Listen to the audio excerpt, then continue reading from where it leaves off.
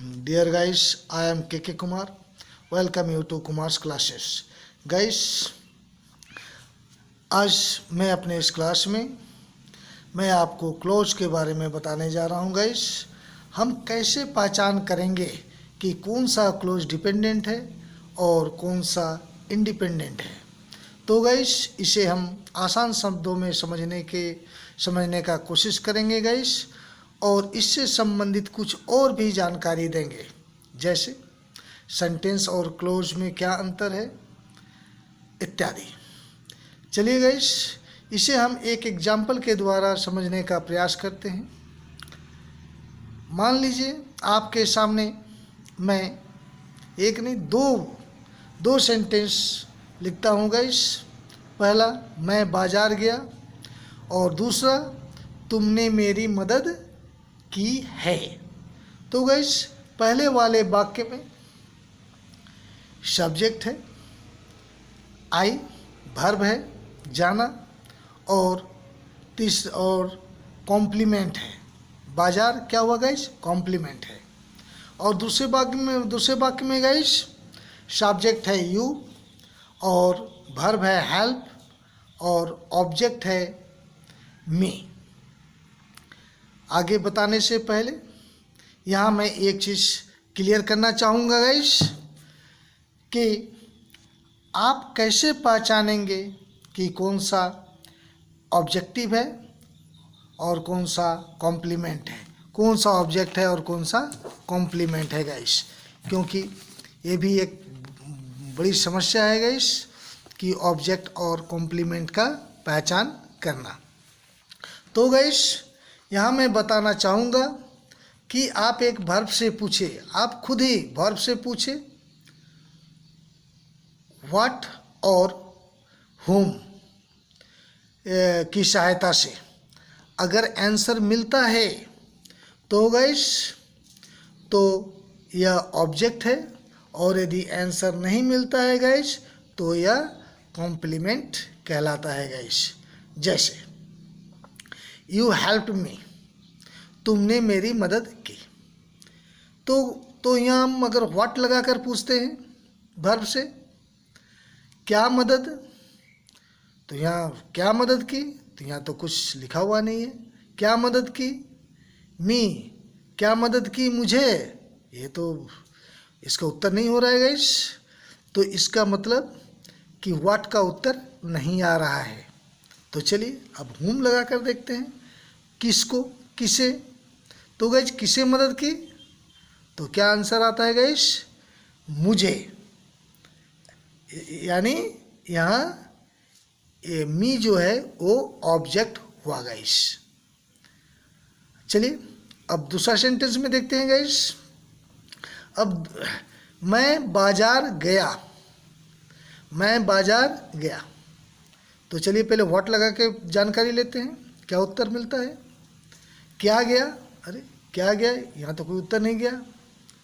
क्या गया, कहाँ गया अगर पूछते तब तो उत्तर मिलता, लेकिन क्या गया, क्या और किसको, किसे, यही पूछना है गाइस। हुम और व्हाट से ही आंसर लेना है गाइस।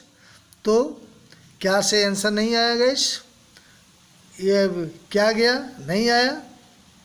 और दूसरा हुम से पूछते हैं, हुम किसे गया, किसको गया, ये भी आंसर नहीं आ रहा है गाइस। इसका मतलब ये ऑब्जेक्ट नहीं, ये कॉम्प्लीमेंट है। आशा है गाइस ऑब्जेक्ट और कॉम्प्लीमेंट आप कैसे पहचानेंगे कि वाक्य में कौन सा ऑब्जेक्ट है या कौन सा कॉम्प्लीमेंट है गाइस।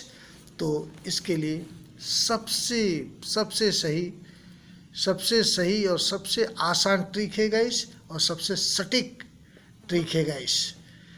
तो गाइस चलिए अब हम अपने पॉइंट पर आते हैं गाइस।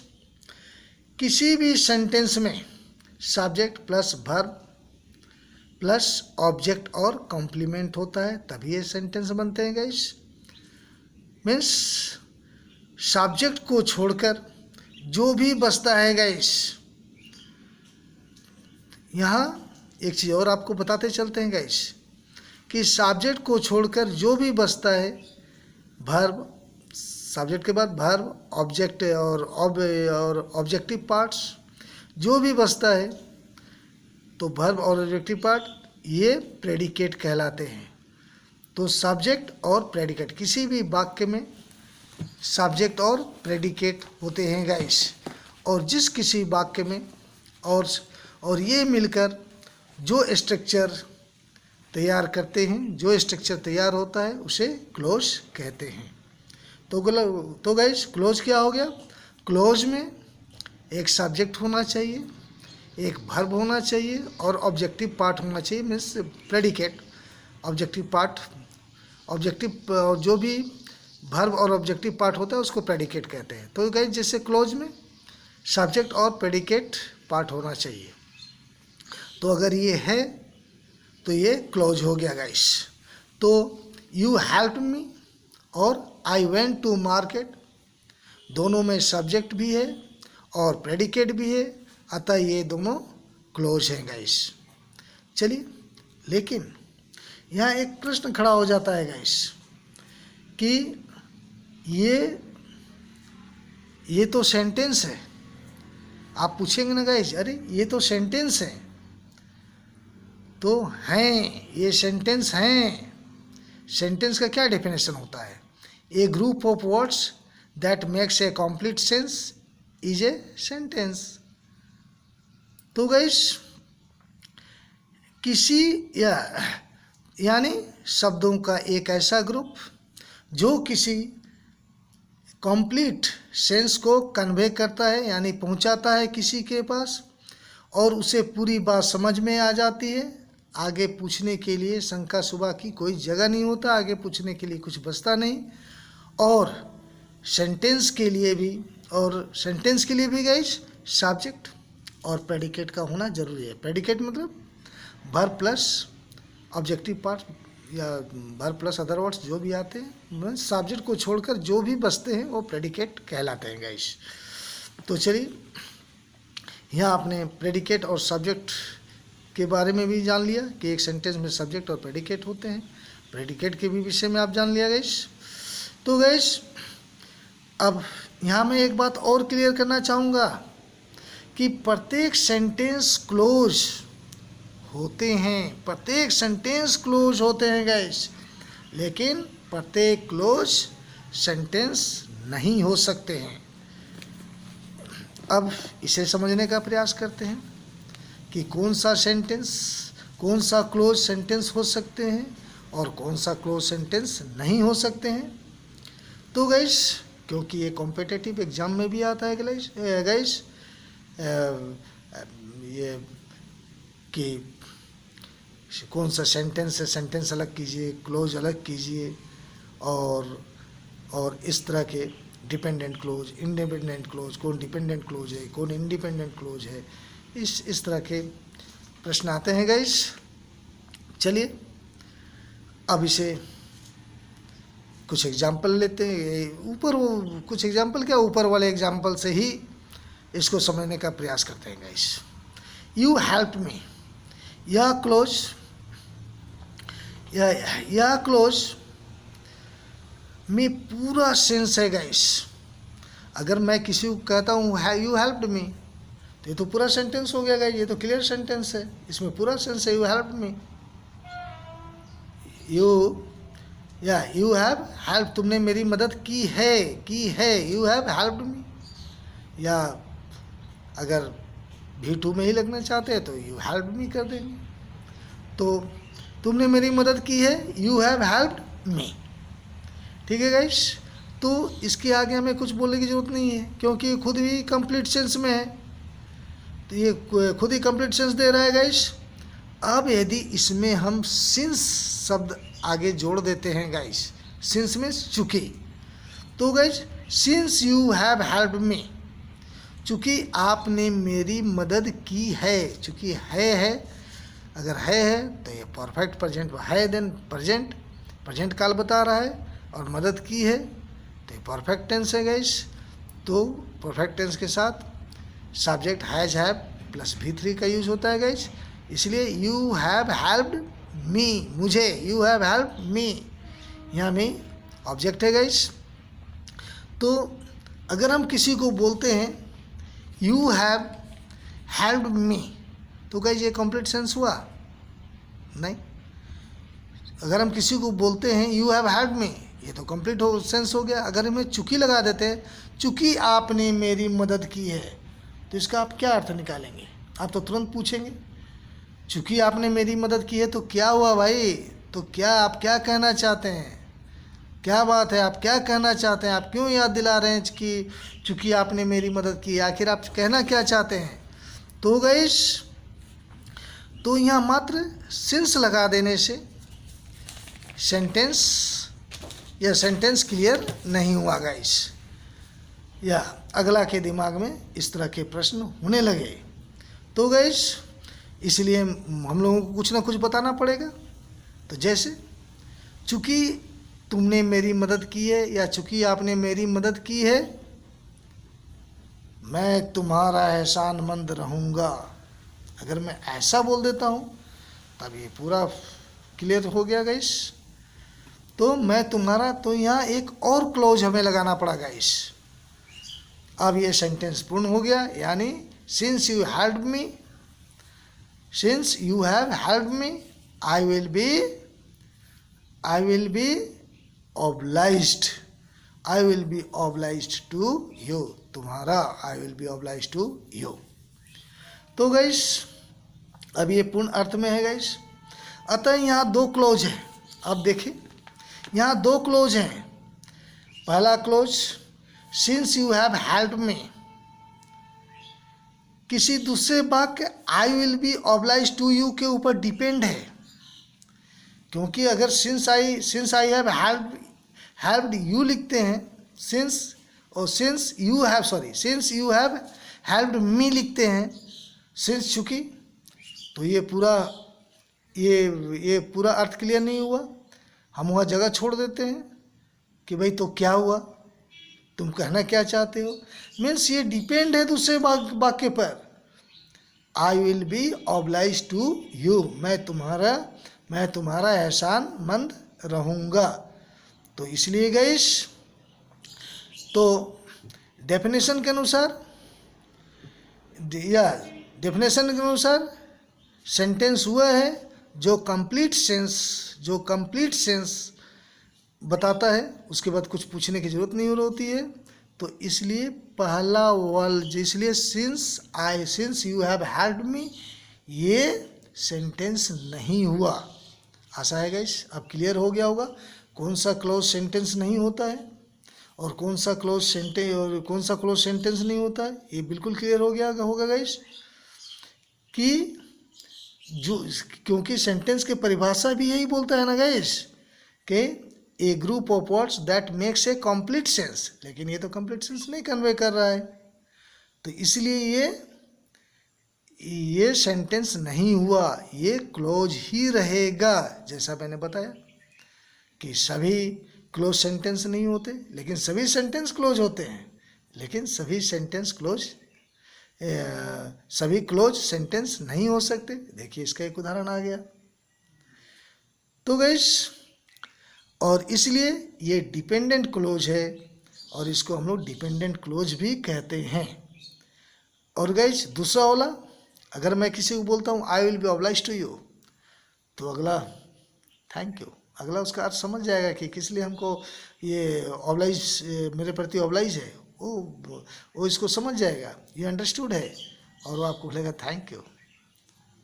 तो गाइस, और ये जो है ये किसी इसको बोलने के लिए, इसका अर्थ समझाने के लिए किसी दूसरे के ऊपर हमें डिपेंड नहीं कराना पड़ता है गाइस, इसलिए ये इंडिपेंडेंट हो गया। तो गाइस, तो यहाँ एक चीज़ हम समझे, जिस वाक्य में हम सबऑर्डिनेट वर्ड्स को जोड़ देते हैं, जैसे सेंस हुआ और एज हुआ, बट एज हुआ, सेंस हुआ, नोर हुआ, अगर हम इस तरह के वर्ड्स को, सबऑर्डिनेटिंग वर्ड्स को जोड़ देते हैं गाइस, सबऑर्डिनेट वर्ड्स को ले आते हैं, तो यह क्लाउज जो होता है यह क्लाउज ही रहता है, सेंटेंस नहीं होता है गाइस। और इसको हम लोग डिपेंडेंट क्लोज कहते हैं। और दूसरा हमने ये समझा कि जो क्लोज किसी के ऊपर डिपेंड होने की ज़रूरत नहीं है, जिस क्लोज को भी, तो वो इंडिपेंडेंट क्लोज कहलाता है और वो सेंटेंस है। तो गाइस यहाँ तक क्लियर हो गया कि प्रत्येक सेंटेंस क्लोज होता है, लेकिन प्रत्येक क्लोज सेंटेंस नहीं हो सकता है, और वह क्लोज है dependent clause. Dependent clause sentence नहीं हो सकता है, और इंडिपेंडेंट क्लोज भी है और सेंटेंस भी है। तो गाइस यहाँ तक क्लियर हो गया होगा गाइस। अब हम दूसरे वाक्य को देखते हैं guys. I went to market. यहाँ इसे पूरा करने के लिए किसी भी और अन्य वाक्य की जरूरत नहीं है। हम किसी को बोलते हैं आई वेंट टू मार्केट, तो भाई ठीक है। लेकिन गाइस या तो अब अभी ये क्या है गाइस? अभी ये इंडिपेंडेंट क्लोज है गाइस। लेकिन यदि हम इसमें मान लीजिए कुछ सबऑर्डिनेट वर्ड लगा देते हैं गाइस, जैसे व्हेन लगा दिए, तो गाइस अगर हम लिखते हैं when I went to market, तब वो तो पूछेगा ही ना व्हेन, कि जब मैं बाजार गया। तो भाई जब मैं बाजार गया तो क्या हुआ भाई, तुम कहना क्या चाहते हो, क्या हुआ? तो हमें फिर एक और वाक्य बोलना पड़ेगा, जैसे मैं तुम्हारे पिताजी से मिला, मैंने तुम्हारे भाई को देखा, तब ये पूरा कंप्लीट सेंस होगा, तब ये पूर्ण अर्थ वाला कंप्लीट सेंस वाला सेंटेंस बन जाएगा इस। तो गाइस तो आई वेंट टू मार्केट यदि इतना बोलते हैं तब तो ये क्लोज है, सेंटेंस है, और ये इंडिपेंडेंट है। लेकिन जैसे ही हम इसमें व्हेन लगा देंगे, इसको दूसरे सेंटेंस की जरूरत पड़ेगी, तो गाइस ये क्या हो जाएगा गाइस? तो ये डिपेंडेंट क्लोज हो जाएगा गाइस, और ये केवल क्लोज ही रहेगा, ये क्लोज ही रहेगा, ये सेंटेंस नहीं बन सकता है गाइस। तो गाइस जब मैं बाजार गया तो क्या हुआ भाई, ये प्रश्न खड़ा हो गया। तो हमें बोलना पड़ता है मैंने तुम्हारे भाई को देखा, तब ये पूर्ण हो गया, उसका आंसर मिल गया गाइस, और ये पूर्ण हो गया। तो when I went to market I saw your brother, मैंने तुम्हारे भाई को देखा। तो गाइस आशा है यहाँ तक बिल्कुल समझ चुके होंगे गाइस। चलिए अब हम लोग जितना पढ़ चुके हैं उसका एक ओवरव्यू ले लेते हैं गाइस। प्रत्येक सेंटेंस, पहला हमने बताया प्रत्येक सेंटेंस क्लोज होता है, जबकि प्रत्येक क्लोज सेंटेंस नहीं होता है। और दूसरा हमने समझाया गाइस, क्लोज दो प्रकार के होते हैं। पहला डिपेंडेंट क्लोज, जो अपने सेंस को पूरा करने के लिए दूसरे क्लोज के ऊपर डिपेंड रहते हैं, वो डिपेंडेंट है। और दूसरा हुआ इंडिपेंडेंट क्लोज, तो इसे अपने सेंस को पूरा करने के लिए किसी अन्य क्लोज के ऊपर डिपेंड नहीं होना पड़ता है। तो आपने जान गए, और आपने आशा है गाइस इसको अच्छी तरह समझ चुके होंगे। और यदि क्लियर नहीं हुआ होगा गाइस तो इसको एक बार, दो बार, तीन बार पढ़े, ये बिल्कुल क्लियर हो जाएगा, क्योंकि ये बहुत इम्पोर्टेंट चैप्टर है गाइस। और आने वाले समय में जैसे आपको डिपेंडेंट और इंडिपेंडेंट क्लोज हमेशा यूज करना ही पड़ेगा गाइस। अगर आप कंपाउंड सेंटेंस बनाएंगे गाइस, और कॉम्प्लेक्स सेंटेंस बनाएंगे गाइस, या आप कोई कंडीशन वाले कंडीशनल सेंटेंस बनाएंगे गाइस, तो आपको इसका ज़रूरत पड़ेगा ही पड़ेगा।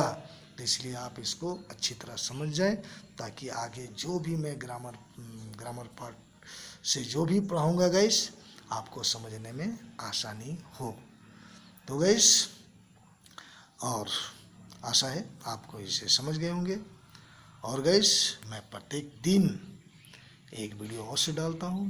कभी ग्रामर पार्ट से होता है गाइस, और कभी एडवांस टॉपिक से होता है गाइस, और कभी एडवांस स्ट्रक्चर से होता है गाइस, और सभी इम्पोर्टेंट ही होते हैं गाइस, और सभी कॉम्पिटिटिव एग्जामिनेशन के लिए ज़रूरी भी है गाइस।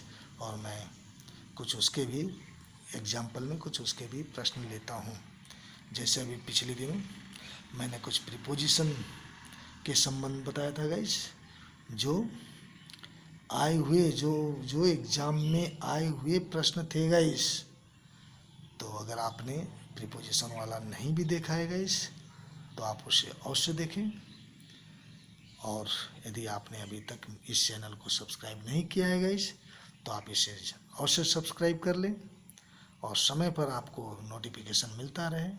जब भी मैं वीडियो अपलोड करूं आपको समय पर मिले, इसके लिए आप बेल आइकन भी प्रेस करें। उसके बाद ऑल वाला, आप ऑल को भी टच कर देगा इस। और पसंद आया हो तो एक लाइक अवश्य देगा इस। बस आज के लिए इतना ही। Thank you very much guys.